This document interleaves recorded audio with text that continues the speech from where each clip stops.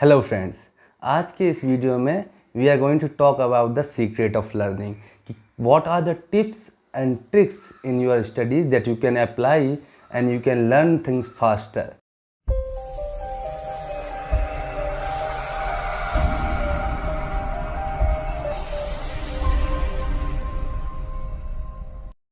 तो दोस्तों, जब भी बात आती है स्टडी की, लर्निंग की, सब्जेक्ट्स को समझने की, तो हम क्या सोचते हैं कि हमको एक रेसिपी मिल जाए, यानी सेट ऑफ इंस्ट्रक्शंस मिल जाए जिनको फॉलो करते हुए हम इजीली किसी भी चीज़ को लर्न कर लें। But it is not like the fact.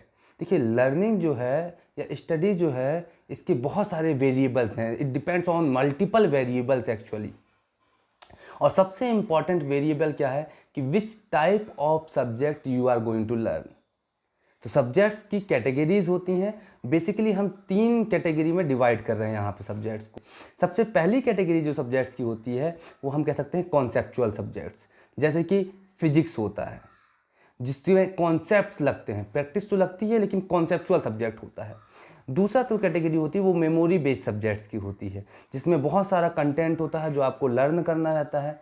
Basically आप समझिए, कोई भी सब्जेक्ट ऐसा नहीं होता कि सिर्फ और सिर्फ मेमोरी है, कुछ कॉन्सेप्ट्स होते हैं बेसिक। फॉर एग्जांपल, आप हिस्ट्री भी पढ़ते हैं अगर, तो आप चीज़ों को कोरिलेट करते हैं। अगर सिंपली आप बाय हार्ट करेंगे तो कोई भी चीज़ लर्न नहीं हो सकती।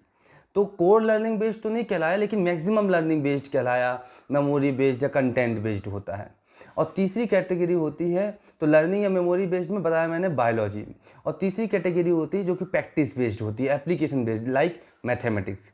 एक कुछ सब्जेक्ट्स ऐसे भी होते हैं जो कि दोनों के बीच में वेरी करते हैं, कॉन्सेप्चुअल और लर्निंग, जैसे कि केमिस्ट्री है, या फिर बायोलॉजी के भी बहुत सारे ऐसे पार्ट होते हैं लाइफ साइंस के, जो कि जैसे बायोटेक वगैरह, मॉलिक्यूलर बायोलॉजी है, सेल बायोलॉजी है, जेनेटिक्स है। अब ये कॉन्सेप्चुअल प्लस लर्निंग बेस्ड हो गए। कुछ कोर लर्निंग बेस्ड होते हैं, मतलब जिसमें कॉन्सेप्ट थोड़े से कम होते हैं और मैक्सिमम लर्निंग होती है, जैसे कि डाइवर्सिटी एंड क्लासिफिकेशन, बायोडाइवर्सिटी वाला चैप्टर।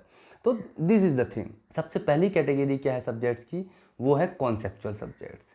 और जो दूसरी कैटेगरी मेमोरी बेस्ड, उसमें भी बहुत सारे कॉन्सेप्ट्स आते हैं। तो और प्रैक्टिस बेस्ड है, उसमें भी कुछ कॉन्सेप्ट्स आते हैं। तो सबसे इंपॉर्टेंट चीज़ क्या है किसी भी चीज़ को समझने के लिए, उसका कॉन्सेप्ट। तो और कॉन्सेप्ट को समझने के लिए हमारे पास में 2 मास्टर टेक्निक्स हैं। The first technique that I personally love a lot is explain your self technique. I call it explain your self technique. इसमें आपको क्या करना है कि आपको पहले कॉन्सेप्ट को पढ़ना है। उस कॉन्सेप्ट को पढ़ने के बाद में अब आपको समझने के लिए, अच्छी तरीके से उसमें होल्ड बनाने के लिए क्या करना है, उसके कॉन्सेप्ट को आपको लिखना है, और या तो फिर लिखते लिखते और खुद को एक्सप्लेन करना है, ऐसे कि जैसे मिरर के सामने आप खुद को पढ़ा रहे हैं।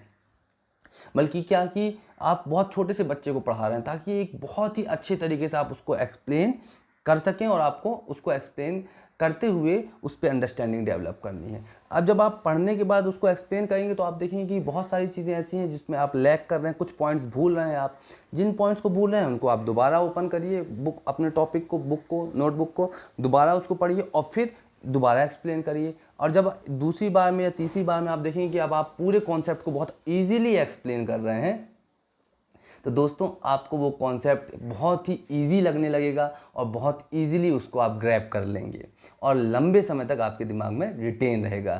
तो ये हो गई पहली टेक्निक, जिसको कहते हैं हम एक्सप्लेन यूर सेल्फ टेक्निक।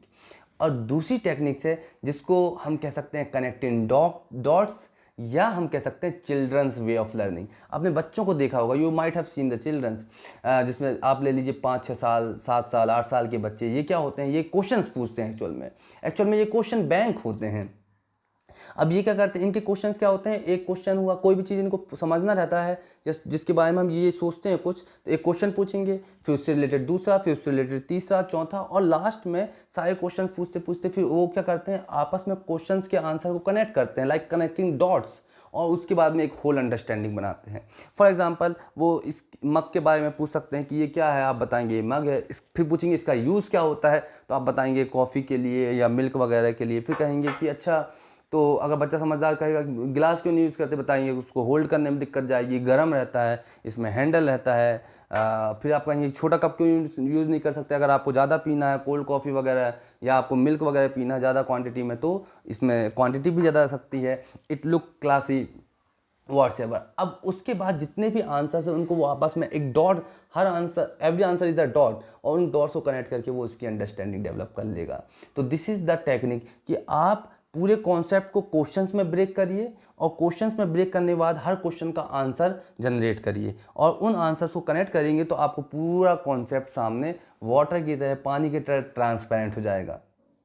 तो ये हो गई दोस्तों दूसरी टेक्निक।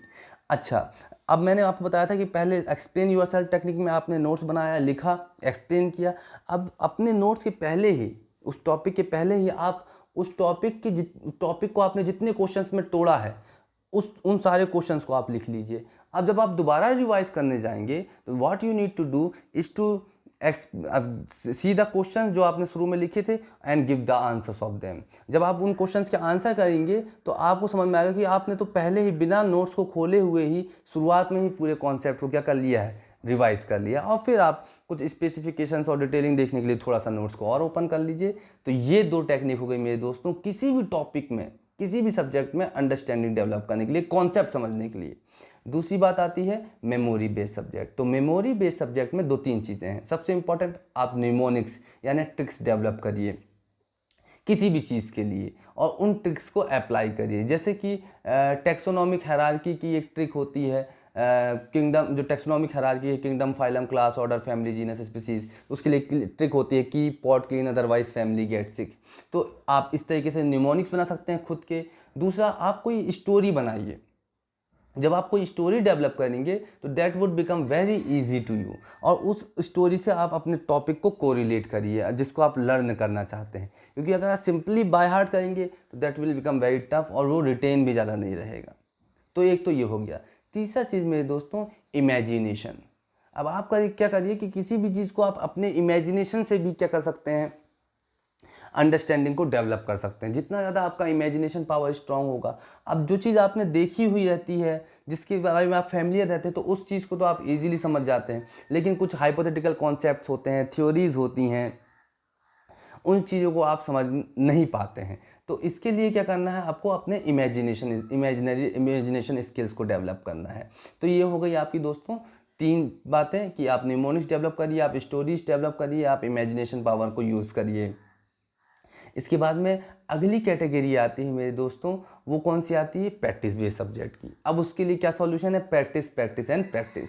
कई बार तो ऐसा भी होता है, जैसे मैथ्स अपन बात करते हैं सब्जेक्ट में, इस कैटेगरी में आता है। कई बार तो ऐसा है कि आपको थ्योरी भी पढ़ने की ज़्यादा ज़रूरत नहीं है। आप बेसिकली क्या करिए कि डायरेक्ट एग्जाम्पल्स को उठा लीजिए, और एग्जाम्पल्स को आप लगाना शुरू करेंगे तो आपको चीज़ें समझ में आ जाएंगी ऑटोमेटिकली। या जब हैवी हो जाता है सब्जेक्ट, तो सीनियर क्लासेस में कुछ कॉन्सेप्ट है तो उस कॉन्सेप्ट को अच्छे से समझ लीजिए, और उसके बाद में फिर एक ही सॉल्यूशन है उसका, वो है मल्टीपल प्रैक्टिस। तो दोस्तों ये 3 कैटेगरी थी सब्जेक्ट्स की, कॉन्सेप्चुअल, मेमोरी बेस्ड और आपका प्रैक्टिस बेस्ड। और उनके लिए मैंने ट्रिक्स बताई।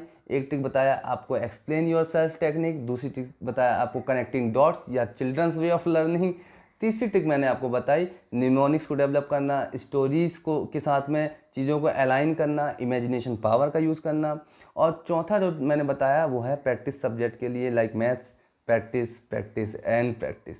तो उम्मीद करते हैं दोस्तों ये वीडियो आपको पसंद आया होगा, और ये आपकी लर्निंग में भी आपको हेल्प करेगा। उन लोगों के लिए जो लास्ट तक इस वीडियो में हमारे साथ में है, please do subscribe our channel so that we can meet further actually, and please do like, share and comment as well. तब तक के लिए this side your friend Imran Khan, MSc in Biosciences from Jamia Millia Islamia New Delhi. I'm a CSIR NET fellow. Thank you very much.